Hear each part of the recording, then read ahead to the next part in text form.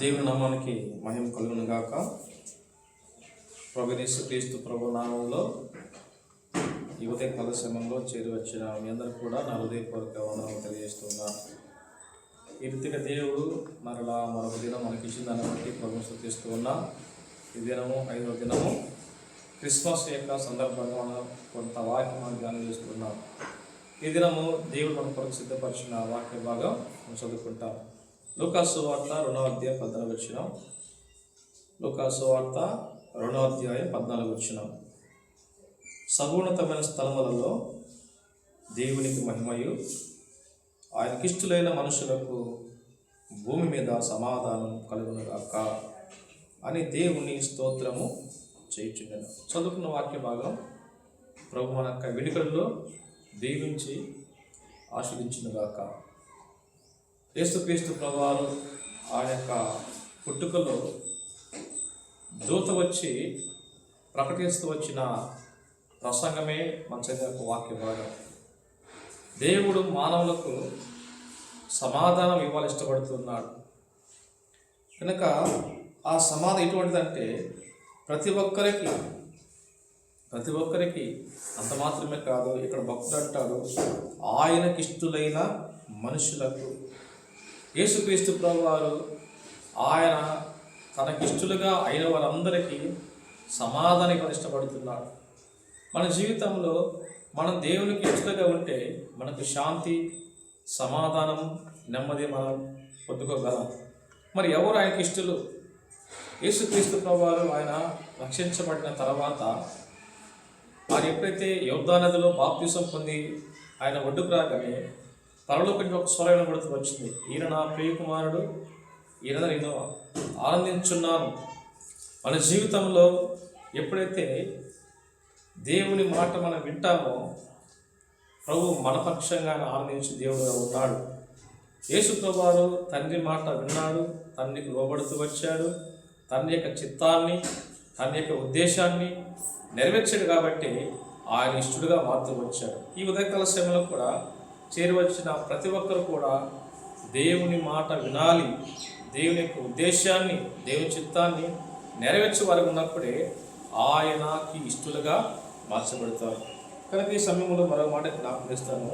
దేవుని వాక్యంలో ఎవరు ఆయనకి ఇష్టలు అంటే కొన్ని విషయాలు మీకు జ్ఞాపకం చేస్తాను. త్వరగా కీర్తన 51:16 ప్రకారం, కీర్తన 51:16 వచనం మనం జ్ఞాపకం చేసుకుందాం. కీర్తన 51:16 వచనంలో ఎవరు ఆయనకి ఇష్టలు అన్న మాట జ్ఞాపకం చేసుకుందాం. నీవు బలిని కోరువాడవు కావు, కోరినడలా నేను దాన్ని అర్పించదును, దహన బలి నీకు ఇష్టమైనది కాదు, విరిగిన మనసే దేవునికి ఇష్టమైన బలులు. విరిగిన మనసే ఎవరు ప్రభుకి ఇష్టలుగా ఉంటారు అంటే విరిగిన మనస్సు కలిగిన జీవితం. దావీదు తన జీవితంలో ఎప్పుడైతే పాపం చేస్తూ వచ్చాడో, పాపాన్ని బట్టి తన జీవితంలో ఆనందం కోల్పోతూ వచ్చాడు, తన యొక్క ఆత్మీయ స్థితిని కోల్పోతూ వచ్చాడు, తన జీవితంలో ఆత్మీయ అంత నష్టపోతూ వచ్చాడు. అయితే తను రాస్తూ వచ్చిన మాట ఏమిటంటే, ప్రభా నీవు నలిగిన హృదయం నీవు అలక్ష్యము చేయవు. కనుక ఈ ఉదయకాల సమయంలో ప్రియా సహోదరుడా, సహోదరు, నీ జీవితంలో నీ హృదయం విరిగితేనే నీ హృదయం నలగాలి. చూడండి, ఎప్పుడైతే ఒక పుష్పము నలిగితేనే దాని యొక్క సువాసన అందరికి ఇస్తుంది. నలగకుండా విరగకుండా మనము రక్షణకు రాలేదు. కనుక మన జీవితంలో మనం ఎప్పుడైతే ప్రభువుకు ఇష్టలుగా ఉంటామంటే నువ్వు విరిగిన నాకు కలిగిన హృదయం నువ్వు కలిగి ఉన్నప్పుడే నువ్వు దేవుడికి ఇష్టంగా ఉంటావు. ఇంకా నీ జీవితంలో యేసుక్రీస్తుకి నీ హృదయం మీకుంటే హృదయకాల సమయంలో ఆయనకు నీ హృదయం అర్పించినప్పుడు ప్రభు నీ హృదయంలో ఆయన నివాసం చేయగలడు. మొట్టమొదటి మాట మనం జ్ఞాపకం చేసుకున్నాం. ఎవరు ప్రభుకి ఇష్టలంటే విరిగి నలిగిన హృదయం కాదు వారు ప్రభుకి ఇష్టలు. రెండవ దేవుని వాక్యము కీర్తన 16:3 వచనం. కీర్తన 16:3 నేనిలాగందను భూమి మీద ఉన్న భక్తులే శ్రేష్ఠులు, వారు కేవలం నాకు ఇష్టలు. రెండో మాట ఎవరంటే ప్రభుకి ఇష్టలైన వారు భక్తులు. ఏదో భక్తి అంటే ఏదో ఒకరోజు, ఒక వారం, ఒక నెల చేసే భక్తి కాదు. ప్రియా సహోదరుడా, సహోదరి, నీ జీవితంలో ప్రభు వచ్చే వరకు, నీ లోకం విడిచిపెట్టి వరకు నువ్వు భక్తిని కొనసాగించాలి. ఈనాడు ఈ డిసెంబర్ మాసంలో ఎక్కడ చూసినా ఇది 30 రోజుల భక్తి, 40 రోజుల భక్తి కాదు, క్రైస్తవంలో 40 నెలల భక్తి కాదు, కాదు. మన జీవితంలో ప్రభు వచ్చే వరకు మన భక్తిని మనం కొనసాగించాలి. నీ జీవితంలో ఏదో కనబడే భక్తి చేస్తే ఉపయోగం లేదు, కానీ కనబడిన భక్తి బైబిల్ ఈ విధంగా రాయబడుతూ వచ్చింది. వారు పైకి భక్తిగా ఉన్నారు, కానీ వారు శక్తి లేని వారుగా ఉన్నారు. ఈనాడు ఎంతోమంది సమాజంలో క్రైస్తవులు అనబడిన వారు చేతుల్లో బైబిల్ ఉంటుంది, కానీ హృదయంలో భక్తి లేదు, హృదయంలో విశ్వాసం లేదు, హృదయంలో ప్రార్థన జీవితం లేదు, హృదయంలో పాపము చేతుల్లో బైబిల్ పట్టుకొని నామకార్థ ఈనాడు చూస్తున్నాం. అయితే ప్రభు కోరుతున్న భక్తి కనబడే భక్తి కాదు, నీ హృదయంలో నువ్వు దేవుని కనబడి భక్తి చేయాలని కోరుతున్న ప్రభు. కనుక ఉన్న మాట జ్ఞాపకం చేసుకుంటే, భక్తులు ప్రభుకి ఇష్టలు. మొట్టమొదటిగా విరిగి నలుగురు హృదయం గల ప్రభుకి ఇష్టలు, రెండోదిగా భక్తులు ప్రభుకి ఇష్టలు. చూద్దాం దేవుని వాక్యం 3వ మాట మా ప్రేమ దేవుని వాక్యంలో చూడండి. దేవుని వాక్యంలో ఎబ్రీ పత్రిక 11:6, ఎబ్రీ పత్రిక 11:6. ఈ సమయంలో ప్రభుకి ఇష్టలు ఎవరు అనగా, ఎబ్రీ పత్రిక 11వ అధ్యాయం 6వ వచనం, విశ్వాసము లేకుండా దేవునికి ఇష్టడైనట అసాధ్యము. మూడో మాటగా ఎవరు ప్రభుకి ఇష్టలంటే విశ్వాసం కలిగిన జీవితం. చూడండి, ఒక రోగి హాస్పిటల్కి వెళ్ళాలంటే తన దగ్గర ఎంతో కొంత డబ్బులు ఉండాలి. డబ్బు లేకుండా ఏ డాక్టర్ వైద్యం చేయలేడు ఈనాడు. మన జీవితంలో ఎప్పుడైతే మనం ప్రభు యొద్దకు మనం వెళ్తున్నప్పుడు మనం ఎలా ఉండాలంటే విశ్వాసంతో రావాలి. డాక్టర్ దగ్గరికి మనం డబ్బు తీసుకుని వెళ్తాం, కానీ ప్రభు దగ్గరికి విశ్వాసంతో రావాలి. విశ్వాసంతో నువ్వు వస్తేనే నువ్వు స్వస్థపరచబడగలవు. విశ్వాసంతో ప్రభు దగ్గరికి వచ్చినప్పుడు నువ్వు దీవించబడగలవు. యాకోబు పత్రిక 1:6 మనం చూడగలం. కనుక సందేహపడకూడదు, విశ్వాసంతో అడగాలి. నీ జీవితంలో నువ్వు విశ్వాసంతో ఏమి అడిగినా ప్రభు తప్పక ఆయన చేయగలడు. విశ్వాసం అనేది ఎంతో ప్రాముఖ్యత. నువ్వు ప్రభు యొద్దకు వచ్చినప్పుడు విశ్వాసంతో ప్రభు నిన్ను స్వస్థపరచగలడు, ప్రభు నిన్ను బాగు చేయగలడు, ప్రభు నీ అక్కర తీర్చగలడు. విశ్వాసంతో రావాలి. మార్కు సువార్త 5వ అధ్యాయంలో 12 సంవత్సరాల రక్తస్రావ స్త్రీ, ఆమె ప్రభు యొద్దకు విశ్వాసంతో వచ్చింది కాబట్టి ప్రభు ఆమెను స్వస్థపరుస్తూ వచ్చాడు. ప్రభు చెప్పిన మాట, కుమారి ధైర్యముగా ఉండను, నీ విశ్వాసమే నేను స్వస్థపరచను. ఈ ఉదయకాల సమయంలో నీ విశ్వాసం ఉన్నదా? కొన్నిసార్లు మన జీవితంలో కష్టాలు ఇబ్బందులు రాగానే ప్రభు మాకేం చేశాడు? అపనమ్మిక. యేసుక్రీస్తు ఒకనొక సమయంలో ఆయన సముద్రం మీద నడిచి వస్తున్నప్పుడు ఉదయకాల సమయంలో తెల్లవారుజామున ఆ సమయంలో పేతురు ప్రభు చూసి, ప్రభువా నీవైతే నేను కూడా నడుస్తానంటే ప్రభు చెప్పాడు రమ్మనగానే నడిచాడు. యేసు చూసి చక్కగా నడుస్తూ వచ్చాడు. కానీ ఎప్పుడైతే గాలిని చూసి భయపడగానే తన మునుపు సాగుతూ వచ్చాడు. ఆ సమయంలో ప్రభు చెప్పిన మాట, అల్ప విశ్వాసే ఎందుకు నీకు సందేహపడుతుంది? ఈనాడు కొన్నిసార్లు మన జీవితంలో ఇటువంటి జీవితమే పేతురు వలె సందేహపడతాం, నమ్మలేం కొన్నిసార్లు.